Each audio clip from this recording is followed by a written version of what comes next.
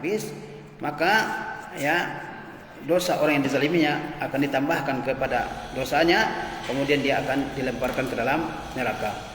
Wa yu'ayyidu zalika ma taqaddama min qaulin Nabi sallallahu alaihi wasallam. Hal tersebut didukung dengan sabda Nabi sallallahu alaihi wasallam, yaitu atadruna manil muflis, tahukah kamu orang yang muflis, yang bangkrut? Fazakara, maka Nabi sebutkan annal muflisa min ummatihi, bahwa orang yang bangkrut dari umatnya, man ya'ti yaumal qiyamati bi salatin wa zakatin wa siyamin.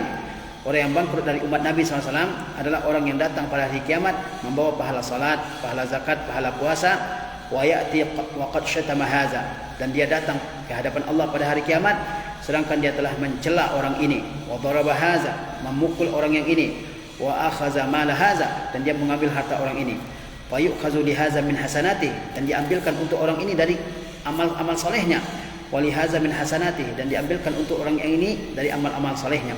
Fa in faniyat hasanatuhu qabla an yuqdama alaihi, jika kebaikannya, jika amal salehnya sudah habis sebelum diselesaikan apa yang menjadi dosanya, ukhiza min khatayahum, maka diambil dari kesalahan atau dari dosa-dosa orang yang dizalimi, wa turihat alaihi, lalu dilemparkan kepada orang yang menzalimi, summa turiha finnar, kemudian dia dilemparkan ke dalam neraka. Jadi kita harus berhati-hati dari menzalimi seorang hamba. Ya. Pada hari kiamat tidak ada lagi uang, tidak ada lagi harta benda. Yang ada adalah amal saleh atau amal buruk. Ya. Orang yang menzalimi seseorang selama di dunia, maka dia akan menebus ya kezaliman tersebut dengan amal salehnya. Amal salehnya diberikan kepada orang yang dizalimi.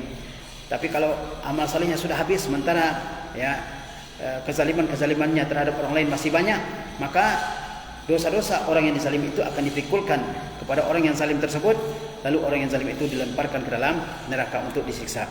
Faslun, pasal selanjutnya, wa minaz zulmi an yasta'jira ajiran aw insanan fi amalin wa la yu'tihi ujratahu. Dan di antara bentuk kezaliman adalah seseorang ya mengupah seorang pekerja ya atau seseorang manusia fi amalin, untuk mengerjakan suatu amal, wala yu'tihi ujratahu, lalu tidak memberikan upahnya. Di antara bentuk kezaliman adalah seseorang mengupah ya seorang karyawan, seorang pekerja untuk melakukan suatu pekerjaan, lalu dia tidak memberikan upahnya. Lima sabata fi sahihil Bukhari, sesuai dengan hadis yang tertulis dalam Sahih Bukhari, anna Rasulullah sallallahu alaihi wasallam qala, bahwa Rasulullah SAW bersabda, yaqulullahu ta'ala, Allah Ta'ala berfirman, salasatun ana khasmuhum ya yaumal qiyamah, ada 3 orang yang aku menjadi lawannya atau menjadi musuhnya pada hari kiamat. Wa man kuntu khasmuhu khasamtuhu, barang siapa yang aku adalah lawannya atau musuhnya, aku akan memusuhinya, membencinya. Rajulun a'tabi summa ghadara, yaitu seseorang yang memberi ya karenaku kemudian dia berbuat curang. Wa rajulun ba'a hurran fa akala thamanahu, yang kedua seseorang yang menjual orang yang merdeka lalu dia makan keuntungannya.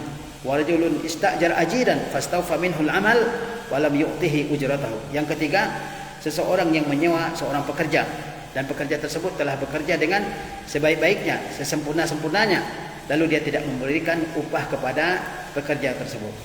Jadi ada 3 orang yang akan menjadi lawan Allah Subhanahu wa taala pada hari kiamat. Dan orang yang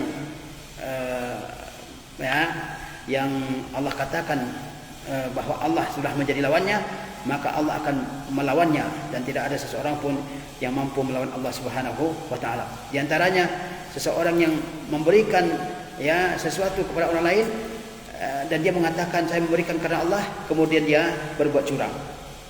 Kemudian seseorang yang menjual seseorang yang merdeka. Yang ketiga adalah seseorang yang menyewa pekerja dan pekerja tersebut sudah bekerja dengan maksimal, dengan sebaik mungkin, lalu dia tidak memberikan upah kepada pekerja tersebut. Selanjutnya, wa kadzalika idza zalama yahudiyan aw nasraniyan, demikian pula apabila seseorang menzalimi seorang Yahudi atau seorang Nasrani. Tidak boleh seorang muslim menzalimi baik orang muslim maupun orang non muslim. Seperti menzalimi Yahudi, menzalimi Nasrani, hukumnya haram. Au kallafahu fawqa taqatihi, atau ya membebankan kepadanya apa yang di atas kesanggupannya.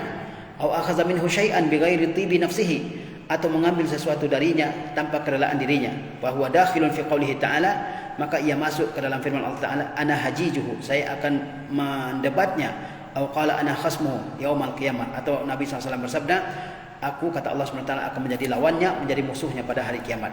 Di antara bentuk kezaliman juga adalah kezaliman terhadap orang Yahudi atau orang Nasrani, atau misalnya membebankan dia melakukan suatu pekerjaan di luar kemampuannya, ya, atau mengambil suatu barang darinya, ya, tanpa kerelaan dirinya. Maka orang tersebut termasuk yang akan menjadi lawan bagi Allah Subhanahu wa taala pada hari kiamat. Wa min dzalika an yahlifa ala dainin fi zimmatihi kadziban fajiran. Di antara bentuk kezaliman juga adalah seseorang bersumpah terhadap hutang yang wajib dia bayar, hutang yang merupakan tanggungannya. Dia bersumpah bohong, ya, dia bersumpah yang palsu, itu juga termasuk kezaliman. Dia punya hutang terhadap seseorang, kemudian dia bersumpah-sumpah bahwa saya tidak mempunyai hutang, padahal dia wajib membayar hutang tersebut. Lima sabata fi sahihain, sesuai dengan hadis yang tercantum dalam as-sahihain, anna Rasulullah sallallahu alaihi wasallam qala, bahwa Rasulullah SAW bersabda, man iqtata'a haqqan mar'in muslim biyaminihi, barang siapa yang mengambil hak seorang muslim dengan sumpahnya, faqad aujaballahu lahu an-nara wa harrama alaihi al-jannah, maka Allah telah wajibkan dia masuk neraka dan Allah haramkan atasnya surga. Qila ya Rasulullah, dikatakan wahai Rasulullah, wa in kana syai'an yasiran, kata orang yang bertanya kepada Rasulullah, walaupun itu sedikit.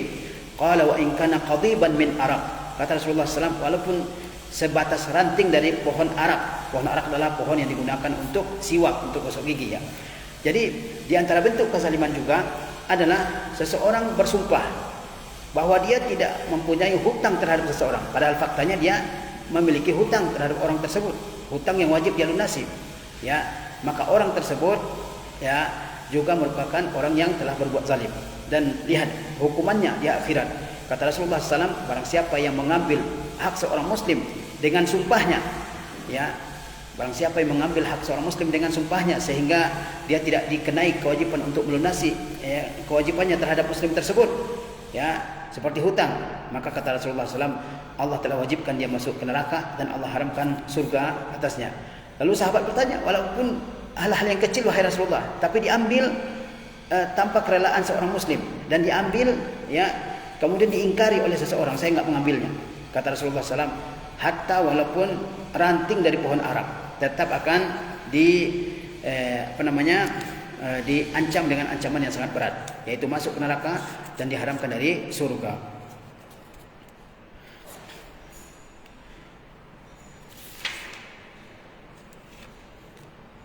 Taib, demikian, ya, beberapa bentuk kezaliman yang disebutkan oleh Al-Imam Az-Zahabi rahimahullah ta'ala ketika membicarakan, ya, dosa besar zalim, yaitu dosa besar yang ke-26.